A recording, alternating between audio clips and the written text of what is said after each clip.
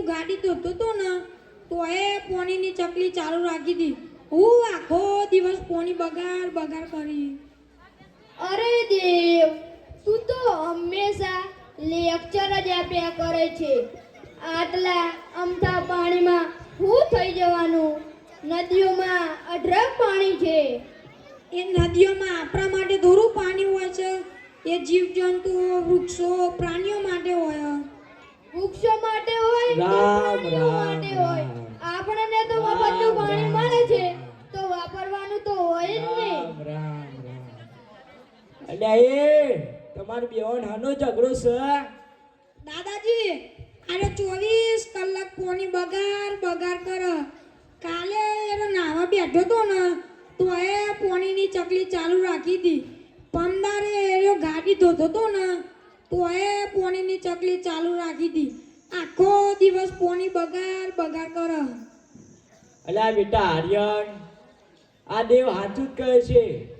જો આપણે પોણી બગાડ કરશું તો ભવિષ્યમાં સોના કરતાં પણ મોંઘું મળશે. એટલે ટીપે ટીપે સરોવર ભરાય અને ખાલી પણ થાય. અરે દાદાજી, તમે પણ અત્યારે 24 કલાક ઘરમાં પાણી આવે છે તો પછી ચિંતા હું કામ કરો છો? દાદાજી, આમાં મારા વનક પોણી વિશે કોઈક પાઠ ભણાવવો જ પડશે. એમની મારે સુધરે એવું લાગતું નહીં. હેડો આપણે કાલે સમજાવીએ.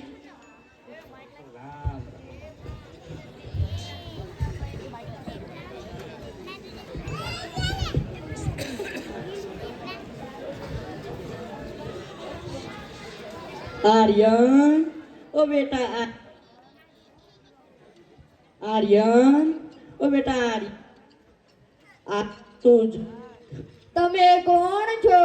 હું જણ દેવતા છું. તમે શું લેવા આવ્યા છો? તું જે પાણીનો બગાડ કરી રહ્યો છે તેથી હું બહુ દુઃખી છું. હું પાણીનો આત્મા તારી બેદરકારી મને મારી રહી છે. એ મને નથી ગમતું. પાણી પૃથ્વી પરના દરેક જીવસૃષ્ટિ માટે છે અને આમ તમારા જેમ લોકો પાણીનો બગાડ કરશે તો જીવસૃષ્ટિનો વિનાશ થશે. તને હું આવનાર 2050માં જે થવાનું છે એ તને બતાવી જાઉં. ચાલ મારી સાથે.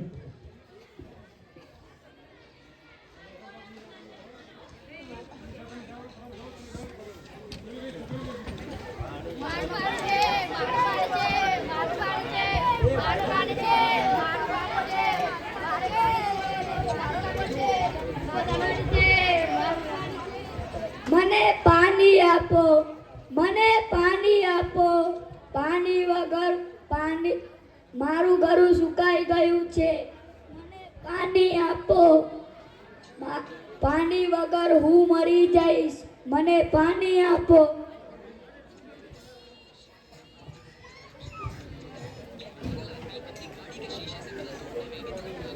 અરે રે, પાણી વગર જીવ સૃષ્ટિ નો વિનાશ થઈ જશે. શું જીવ સૃષ્ટિ પાણી વગર વેરાન થઈ જશે? ના, હું આવું નહીં થવા દઉં. હે જળ દેવતા, મને માફ કરી દો.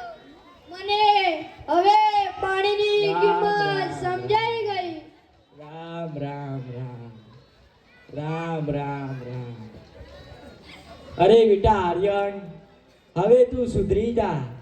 હવે તું જેટલું પાણી બગાડ કરીશ. અરે દાદાજી, મને માફ કરી દો. મને સમજાઈ ગયું. હું હવે એક પણ પાણીનું ટીમ્બું બગાડીશ નહીં અને બીજા લોકોને પણ નહીં બગાડવા દઉં. મને માફ કરી દો.